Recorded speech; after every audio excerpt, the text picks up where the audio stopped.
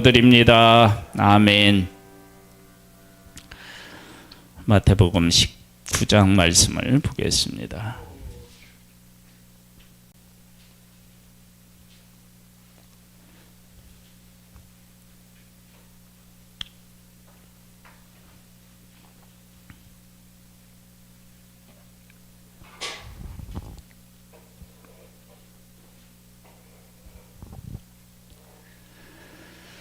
예수께서 이 말씀을 마치시고 갈릴리를 떠나 요단강 건너 유대 지경에 이르시니 큰 무리가 따르거늘 예수께서 거기서 그들의 병을 고치시더라.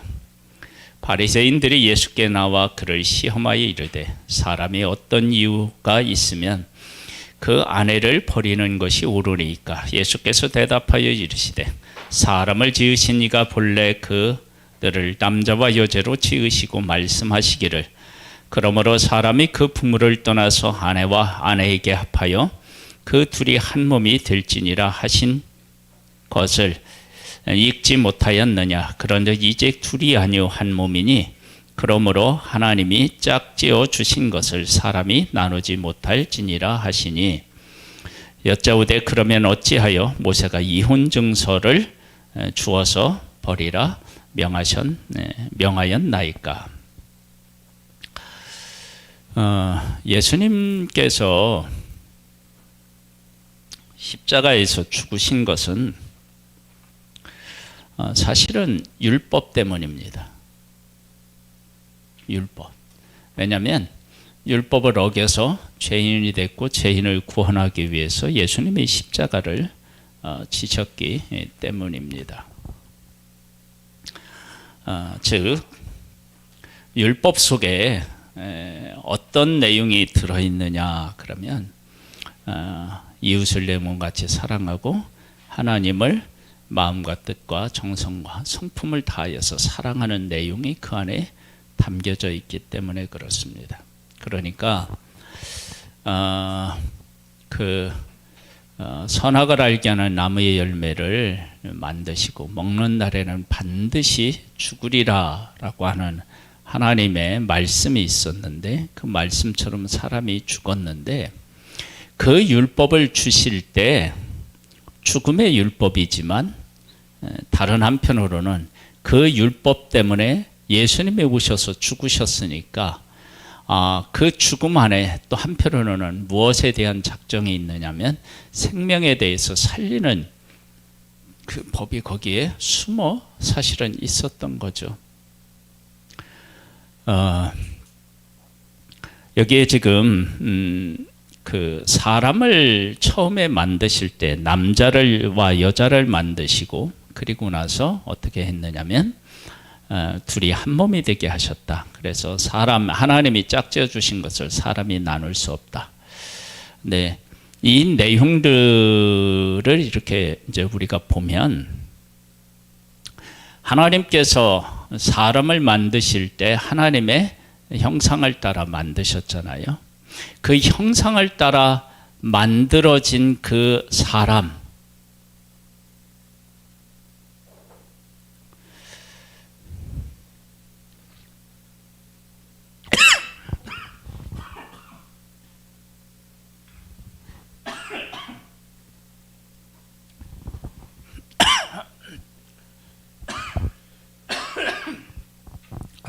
산에 들렸어요.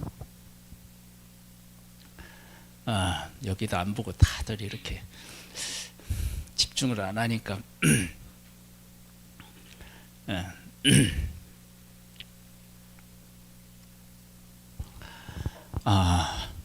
하나님의 법이 있는데 그 법 안에는 진짜 하나님께서 원하시는 것이 있다라고 하는 사실을 우리가 알 수 있습니다. 그것을 깨달아 알지 못하면 율법은 뭐가 되느냐면 정죄의 도구가 되고 그것을 깨달아 알면 사랑의 기초가 되는 거예요. 그래서 지금 아내를 버리는 문제, 그것은 모세 율법에서는 이혼 증서를 주고 보내라 그렇게 얘기를 했는데 사실은 원래 사람을 만드실 때는 나누지 못하도록 하나님이 만드셨는데 우리가 악한 것 때문에 그것을 허락했다. 이제 그렇게 말씀하셔요. 한번 더 보겠습니다.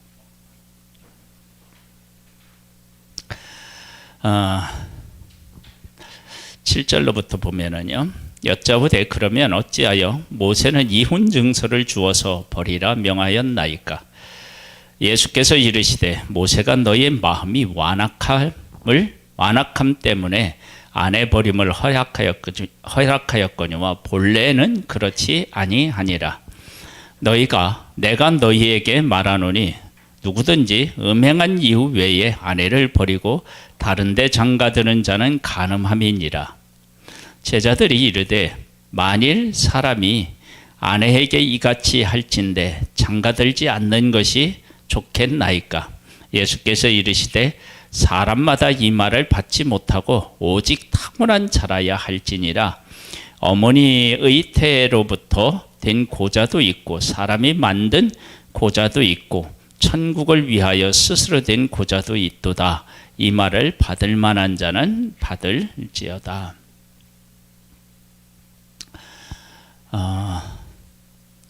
예수님이 십자가에서 돌아가시는 것은 율법을 온전히 이루기 위함이다. 그렇게 이제 말씀하셨단 말이에요.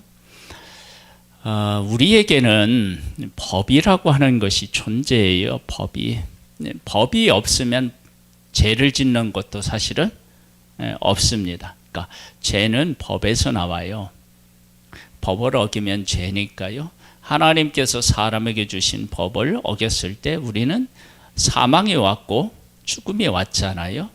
그런데 그렇게 왔을 때 하나님의 법은 또 뭐냐면 우리의 죽음에서 우리를 구원하기 위해서 예수님께서 죽으시는 거예요. 그러니까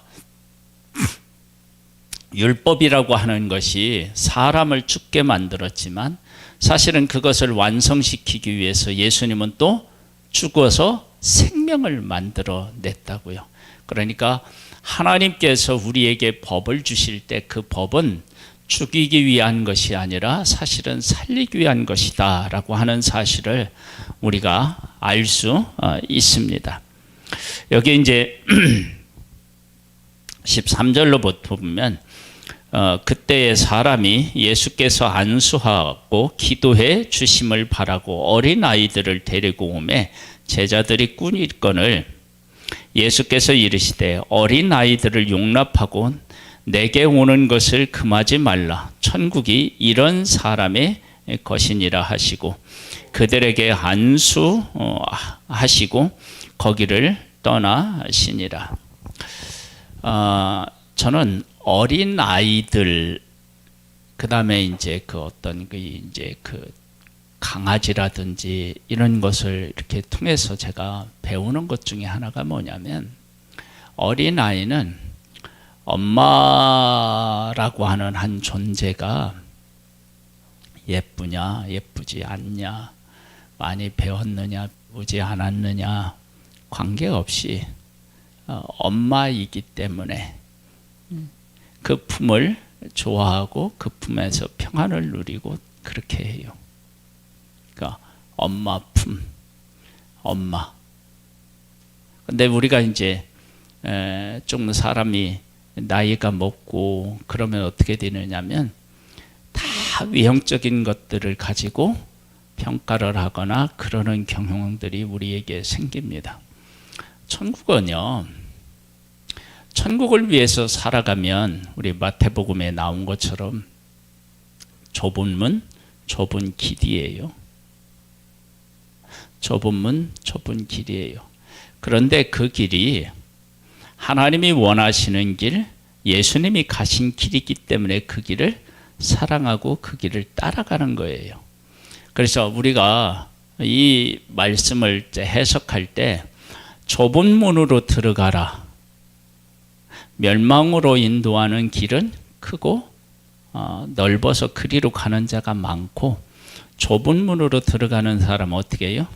그 길이 협착하여 찾는 이가 적다. 그러니까 좁은 문으로 들어갔는데 그 길도 또 뭐예요? 좁아요. 이걸 우리가 잘 이해해야 됩니다. 왜냐하면 좁은 문으로 들어가면 넓은 길이 나오면 참 이게 좋을 텐데 그게 아니라 좁은 문으로 들어가는데 좁은 길이 나와요. 넓은 문으로 들어가면 또 뭐가 있어요? 넓은 길이겠죠. 그렇죠? 네. 그래서 우리들이 이렇게 하면 하나님께서 내 삶을 이렇게 해 주실 것이다 라고 바라지만 사실은 우리가 살아보면 알지만 그런 일들이 사실은 그런 일들보다 좁은 문으로 들어가서 좁은 길로 가는 일이 훨씬 더 많습니다. 하나님의 법은 어떤 법이냐 그러면 죄로 사망이 왔는데 사망을 짊어지고 거기에 대한 죄값을 지불하는 거예요. 그러니까 두 번의 사망이 있는데 처음에는 죄로 인한 사망이라면 또 하나는 사랑에 의한 죽음이잖아요. 그렇게 해서 우리들에게 이렇게 길을 마련해 놓으시는 것처럼 우리도 어떻게 되느냐면 그거 외에는 다른 길이 없다라고 하는 것들을 깨달아 알고 이제 고백하는 거예요. 어린아이처럼요. 그러면서 이제 청년에 대한 얘기가 나오고 이렇게 얘기해요. 어떤 사람이 주께 와서 이르되 선생님이여 내가 무슨 선한 일을 하여 영생을 얻으리까? 예수께서 이르시되 어찌하여 선한 일을 내게 묻느냐? 선한 일은 오직 한 분이시니라. 네가 생명에 들어가려면 계명들을 지키라. 이르되 어느 계명이오니까? 예수께서 이르시되 살인하지 말라, 간음하지 말라, 도적질하지 말라, 거짓 증언하지 말라, 네 부모를 공경하라, 네 이웃을 네 자신과 같이 사랑하라 하신 것이니라. 그 청년이 이르되 이 모든 것을 내가 지켰사온데 아직도 무엇이 부족하리이까? 예수께서 이르시되 네가 온전하고자 할진대 가서 네 소유를 팔아 가난한 자들에게 주라.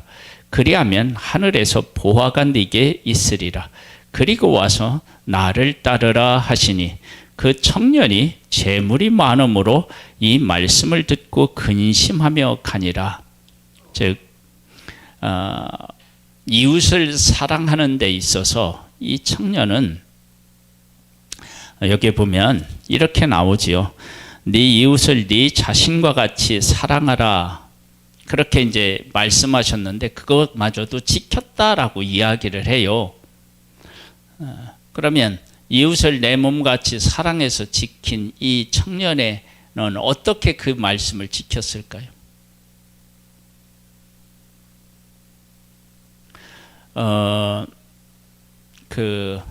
예수님이 용서에 대한 말씀을 하실 때 베드로가 몇 번이요?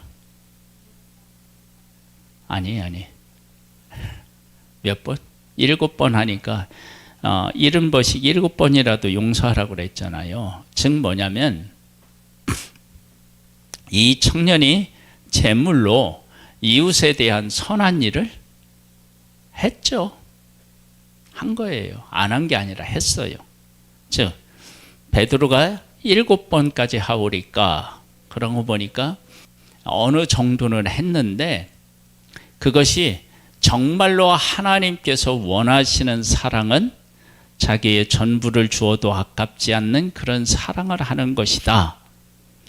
그러니까 하나님께서 하시는 율법 안에는 그런 것이 어떻게 했냐면 들어있다.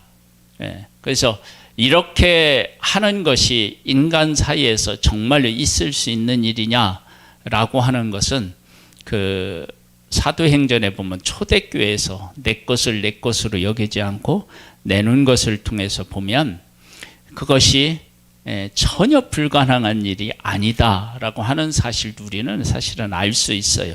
여기 보면 온전하고자 할진대 내 소유를 팔아 가난한 자들에게 주고 그러면 어떻게 되냐면 하늘에서 네게 보화가 있으리라 그랬는데 재물이 많아서 어떻게 해요?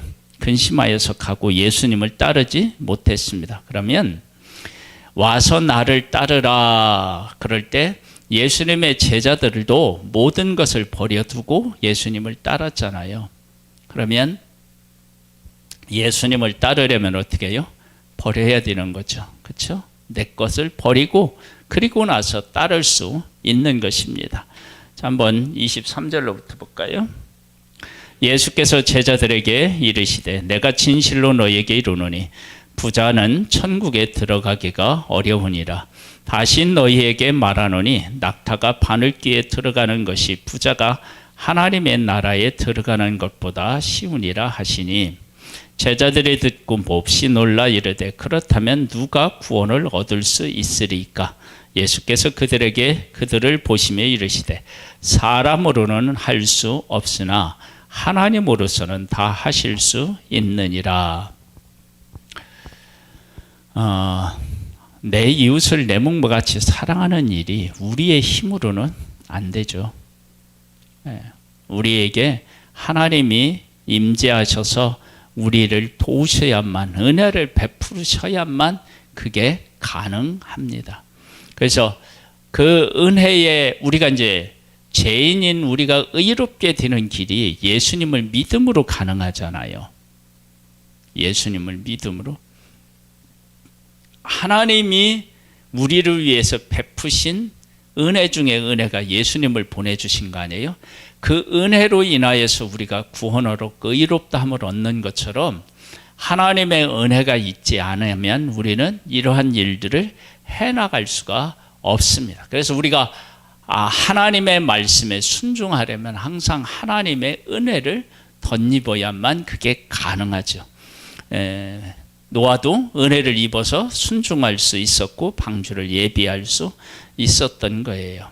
그래서 우리가 무슨 일을 하나님 안에서 행했다 그러면 그것은 내 힘이 아니라 하나님이 주신 힘으로 했다라고 하는 것 때문에 감사하고 그리고 겸손한 마음을 항상 가져야 합니다. 이에 베드로가 대답하여 이르되 보소서 우리가 모든 것을 버리고 주를 따라 싸우는데 그런즉 우리가 무엇을 얻으리이까? 예수께서 이르시되 내가 진실로 너희에게 이르노니 이 세상에 새롭게 되어 인자가 자기 영광의 보좌에 앉을 때에 나를 따르는 너희도 12 보좌에 앉아 이스라엘 12지파를 심판하리라. 또 내 이름을 위하여 집이나 형제나 자매나 부모나 자식이나 전토를 벌인 자마다 여러 배를 받고 또 영생을 상속하리라. 그러나 먼저 된 자로서 나중되고 나중된 자로서 먼저 될 자가 많으니라. 우리가 한 일에 대한 진정한 평가는 언제 받아요? 예수님이 이 땅에 오셨을 때 받습니다. 그러면 지금 이 땅에서는요, 이 땅에서는 하나도 못 받나요? 받아요. 어떻게 받느냐? 그러면 천국의 원리처럼 받아요. 천국의 원리. 심령이 가난한 자는 복이 있나니 천국이 저희 것이미요. 애통하는 자는 복이 있나니 그들이 위로를 받고요. 그렇죠? 그렇게 받는 거예요. 그렇게. 그러니까 하나님 나라의 것을 받는데 이 세상의 것처럼 받는다고 생각하면 그러면 하나님 것이 하나님의 말씀대로 응답된 것에 대해서 회의를 갖게 돼요. 그런데 하나님 나라의 원리를 따라 받는 것을 깨달아 알면 우리는 이 땅에서 천국을 받아 누릴 수 있게 됩니다. 율법은 사랑으로 끝난대요. 우리가 율법을 어겨서 사망에 이르렀는데 사망에 이른 우리를 위해서 율법의 요구를 이루기 위해서 예수님이 십자가에서 죽으셨습니다. 그러니까 율법이 사랑이라고 하는 사실을 무엇에서 알 수 있느냐면 예수 그리스도의 십자가에서 우리는 그 사실을 알 수 있습니다. 우리가 지금 이 하나님의 말씀을 읽고 묵상하면서 살아가는데요. 이 말씀을 읽으면서 사랑을 배우지 못하고 율법으로 인하여서 죽은 사람들을 위해서 내가 생명도 아끼지 아니하겠다라고 하는 쪽으로 한 걸음씩 나아가지 않는 한 우리는 이 말씀을 읽고 그 말씀대로 살아간다고 말할 수가 없는 것입니다. 그래서 여기에 결혼에 대한 이야기가 나오는데 하나님께서 짝지어 주신 것을 사람이 나눌 수가 없다. 이것이 사실은 하나님께서 율법 안에 놓아놓으신 가장 중요한 핵심이에요. 그러니까 이러한 것들을 우리의 삶에서 발견하고 그것을 따라 살아가느냐라고 하는 것이 예수 그리스도의 십자가의 길을 걷는 것이지, 예수 그리스도의 십자가의 길을 걷는 것이 그냥 고난만 당하는 것이 아니라는 거죠. 그래서 우리가 하나님의 말씀을 읽고 묵상하면서 이 말씀이 우리에게 원하는 것이 과연 무엇인가 라고 하는 문제에 대해서 우리가 깊이 묵상하고 그 본질적인 것들을 따라 우리를 드림으로 말미암아서 하나님께서 우리에게 주시는 그 천국을 이 땅에서도 경험할 수 있게 되기를 소망합니다. 기도하겠습니다. 하나님 아버지, 하나님의 말씀의 끝은 사랑인데 우리가 하나님의 말씀으로 사랑을 배워서 그 가운데 살아서 우리의 삶이 하나님의 나라를 누리는 복된 삶이 되기를 소망합니다. 은혜 위에 은혜로 주여 함께하여 주시옵소서.